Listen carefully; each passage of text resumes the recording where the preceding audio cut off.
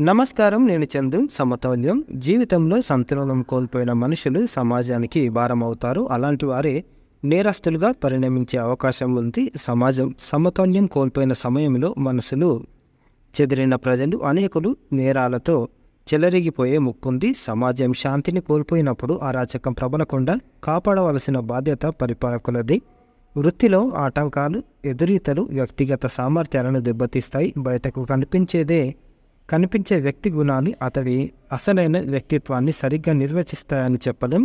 వ్యక్తిగత జీవితంలో మనిషికి ఎన్నో సమస్యలు ఎదురవుతుంటాయి. ఆనందాన్ని హాయిగా అనుభవించే సామాన్యుడు ఎదురు దెబ్బలు తగిలినప్పుడు వడగాలిలో కమ్మలిన దాహార్తుడిలా నిస్సార స్థితికి చేరుకుంటాడు. అలాంటి పరిస్థితుల్లో అటువంటి వారి ప్రవర్తనలో కొత్త పోకడలు కనిపిస్తాయి. దానినే సమతుల్యత లోపించిన స్థితికి దర్పణంగా చెప్పవచ్చు. కొన్ని సమయాల్లో మానవుడిలో అసూరి శక్తులు ప్రబలుతాయి, విజృంభిస్తాయి. అనుకున్న కార్యాన్ని సాధించలేకపోయినప్పుడు మనిషిలో మోర ఎత్తి చూసే ప్రధాన శత్రువు కోపం చాంచల్యాన్ని సృష్టిస్తుంది. దౌర్భాగ్య స్థితికి చేరువ చేస్తుంది. ఆ స్థితిలో మనిషి మనసు కూలిపోవడానికి సిద్ధంగా ఉన్న భవనంలా ప్రమాదకారకమవుతుంది. విషయాలపై మనసును నిలిపే శక్తిని మనిషి కోల్పోతాడు. ఆ సమయంలో అందుకు విరుగుడుగా మనిషి ఆంతరిక మిత్రులను ఆశ్రయించాలి. ఆ మిత్రులు కరుణ, ప్రేమ, జాలి, ఔదార్యం, నిరాడంబరత వంటివి.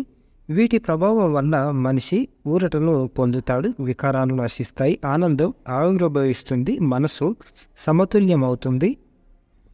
భగవద్గీతలో శ్రీకృష్ణ భగవానుడు 4 జీవన వృత్తులను ప్రస్తావించాడు. భగవానుడు ప్రతిపాదించింది జన్మ వల్ల సంక్రమించే కుల వ్యవస్థ కాదు. అది ఆచరించడం, అవలంబించడం వల్ల సిద్ధించేది. మతాలకు అతీతమైంది. మిగతా కులవృత్తుల విషయంలోనూ ఇదే సూత్రం వర్తిస్తుంది. స్వీకరించిన కుల ధర్మాన్ని నిర్బంధంగా, నిష్కాపట్యంగా అనుసరించినప్పుడే వృత్తికి న్యాయం చేకూరుతుందని భగవానుడి వాచ. ఒక ఓడ సముద్ర మధ్యంలో ప్రయాణిస్తుంది. వాతావరణం అనుకూలంగా లేదు. వాతావరణ సూచనను అనుసరించి మరికొన్ని గంటల్లో తుఫాను కారణంగా ఓడ ప్రమాదం బారిన పడే అవకాశం ఉందని తెలియవచ్చింది. సరంగులు తదనుగుణమైన చర్యలు చేపట్టారు.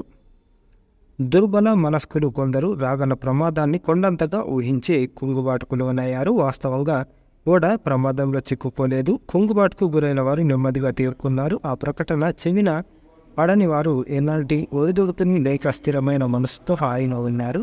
మనసు సంతులనంతో ఉండడంలో వెలుపలి శక్తుల ప్రమేయం అధికంగా ఉంటుందని బోధపడుతుంది. అయితే అన్ని బయట శక్తులను మనిషి నియంత్రించలేడు. ఆంతరిక శక్తులపై విజయంతో కొన్ని బాహ్య శక్తులను వశంలోకి తెచ్చుకునే అవకాశం సమర్థుడికి కలుగుతుంది. తద్వారా మనస్సంతులనం మనిషికి సాధ్యమవుతుంది. పుట్టుకతో ఎవరు గొప్పవారు కాలేరు. వయసుతో ఎదుగుతూ మనసు పరంగాను ఎదిగిన వారే కొందరు. వయసుతో సంబంధం లేకుండా చిన్న వయసులోనే అపరమేధ శక్తితో ప్రకాశించేవారు మరికొందరు. చరిత్ర కానీ పురాణేతిహాసాలు కానీ పరిశీలిస్తే స్థిర మనస్కులే మహత్తర విజయాలు సాధించినట్లు కనిపిస్తాయి. సమతౌల్యం అందరూ సాధించవలసిన అధిక ప్రాధాన్య అంశమని భావించడంలోనే లక్ష్యంపై తొలి గెలుపు సాధించినట్లు అవుతుందని సాధకులు గ్రహించాలి అని గోపాలుని రఘుపతిరావు గారు రాసిన అంతర్యామి ఇది. సమతౌల్యం. లైక్ చేయండి, షేర్ చేయండి, సబ్స్క్రైబ్ చేయండి. Thank you. ధన్యవాదాలు.